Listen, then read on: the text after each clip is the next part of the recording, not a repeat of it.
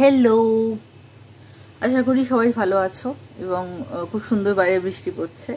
একটা বেশ সুন্দর জম্পেস ওয়েদার আছে বই টই পড়ার।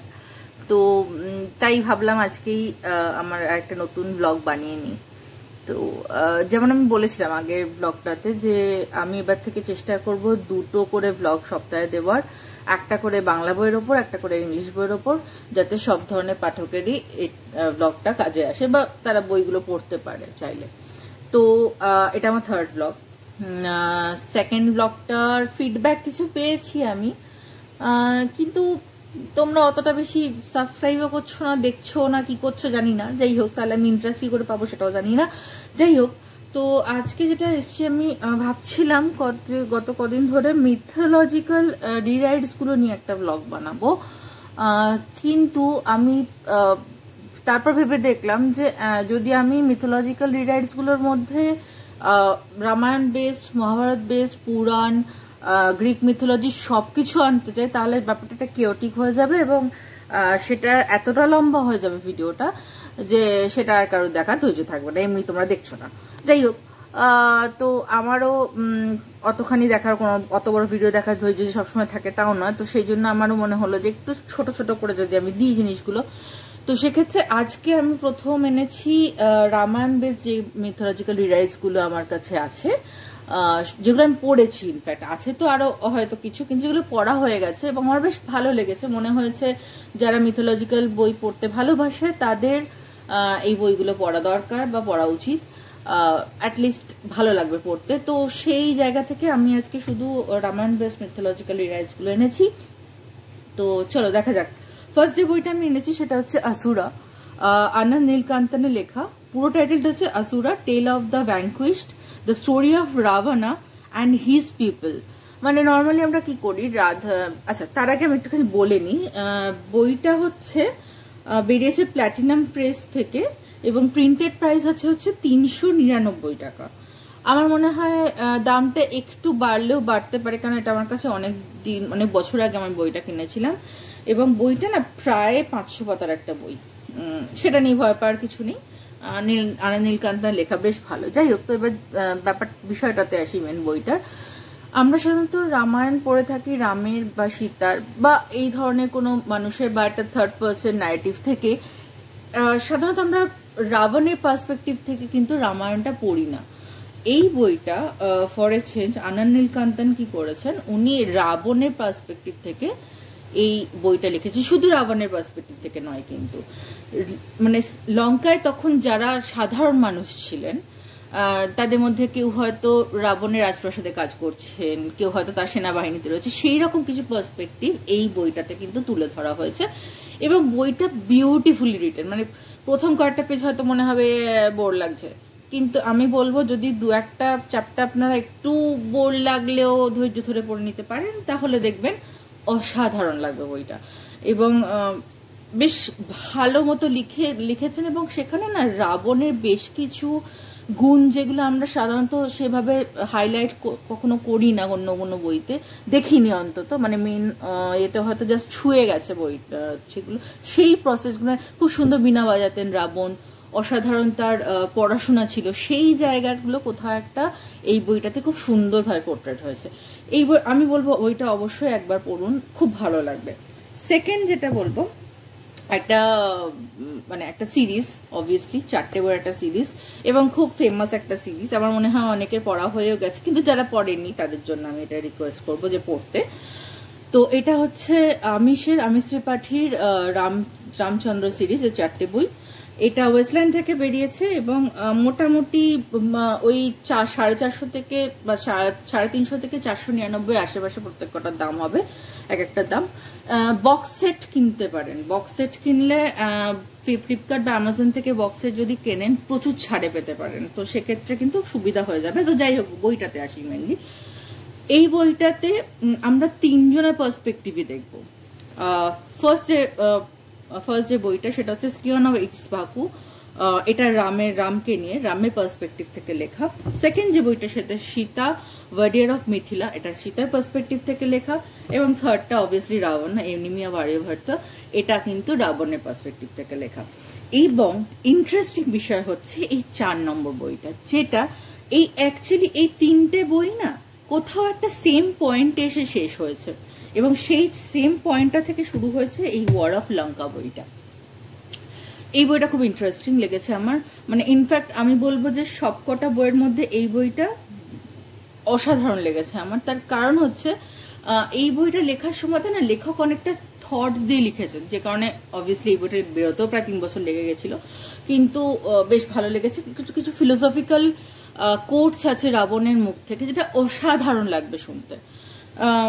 এটা পড়ুন, অবশ্যই পড়ুন, খুব ভালো লাগবে। এবং আমিষ ত্রিপাঠীর লেখা না খুব ক্যাজুয়াল লেখা, এবং খুব ইজি টু রিড, মনে হয় না যে আপনি প্রথম টাইম পড়ছেন এরকম। মানে যারা একদম বিগিনার্স লেভেলে মিথোলজি পড়েনি আগে সেভাবে, তারা এই বইটা দিয়ে অবশ্যই শুরু করতে পারে। এবং খুব খুব ইজি, বিউটিফুলি রিটেন। এখন তো 4টেই বই বেরিয়ে গেছে, সুতরাং আপনি সিরিজ পড়লে, একটা পড়লে তখন আর সেই গল্পটা থাকবে না যে 4টে অব্দি বেরোয়নি এখনো, ওয়েট করো, সেই ব্যাপারটা থাকবে না।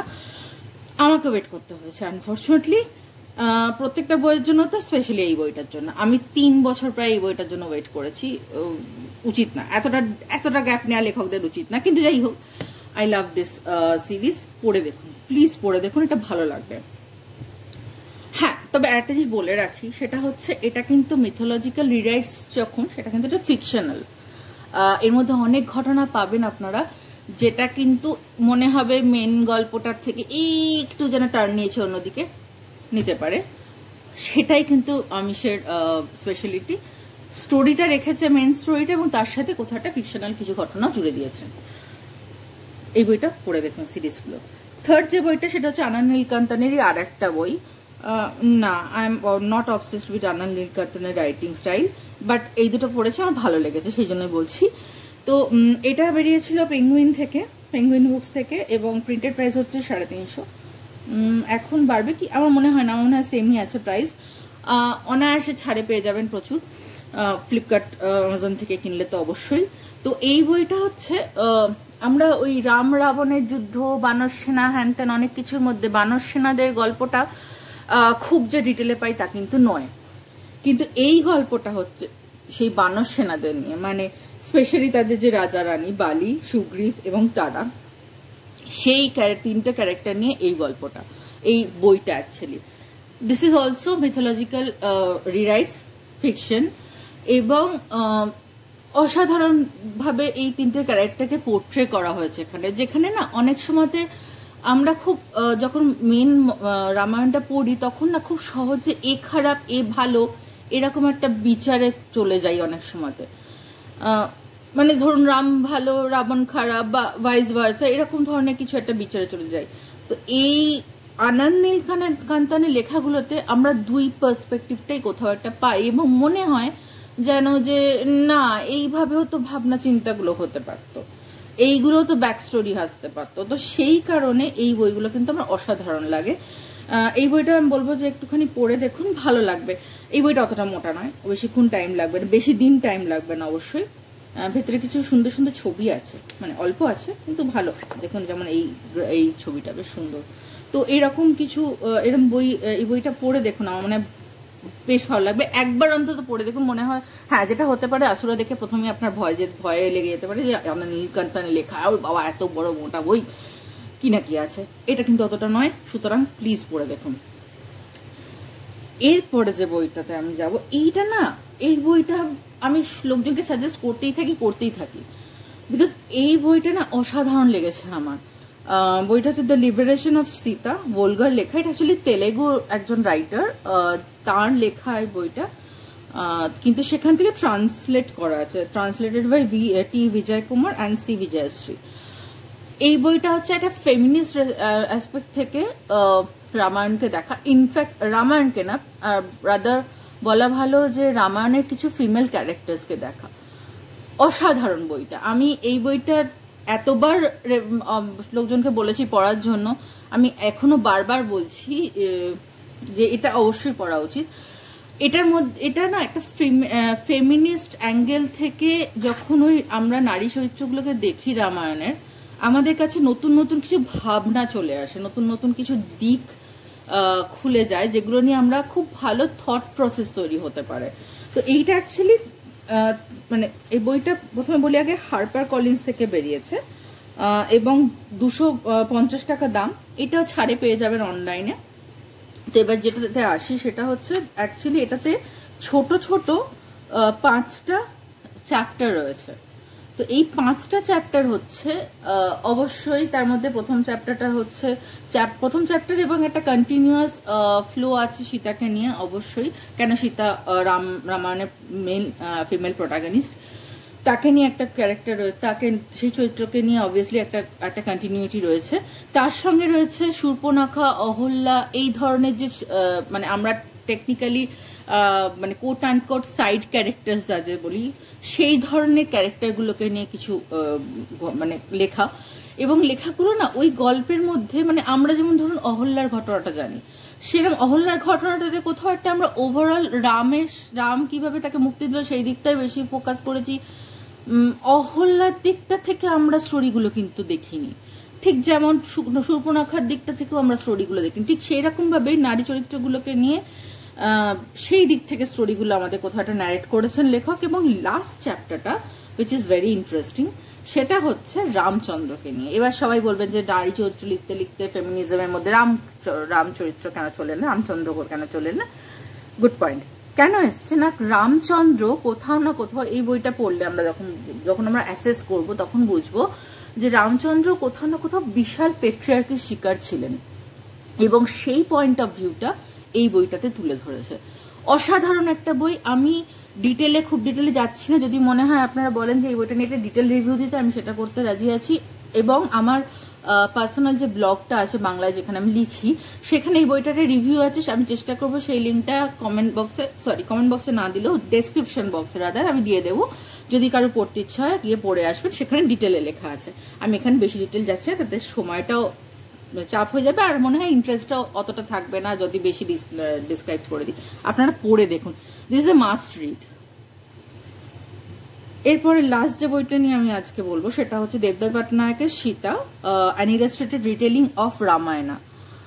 দেবদত্ত পটনায়কের নাম আমরা অনেকেই শুনেছি, কেউ তার প্রোগ্রাম দেখেছি টিভিতে, কেউ তার আগের যে বইগুলো সেই বইগুলো পড়েছি।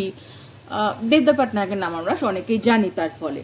তো এই বইটা বেরিয়েছে পেঙ্গুইন থেকে এবং বইটার দাম হচ্ছে 499, কিন্তু এটাও বেশ ছাড়ে পাওয়া যায় এবং প্রায়ই ছাড়ে পাওয়া যায় আমাজন ফ্লিপকার্টে তো বটেই।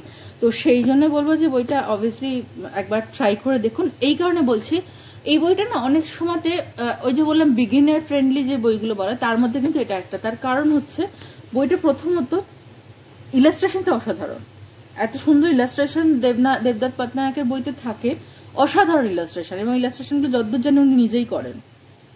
তো এই ইলাস্ট্রেশনগুলো অসাধারণ। এবং তার সঙ্গে অ্যাকচুয়ালি যেটা হয়েছে এই বইটাতে, সেটা হচ্ছে রামায়ণে অনেক সময়তে আমরা ছোট ছোট কোনো ঘটনা না জাস্ট দেখে শুনে চলে গেছি বা পড়ে চলে গেছি, টাচ করে চলে গেছি, সেটা গভীরে ঢুকিনি।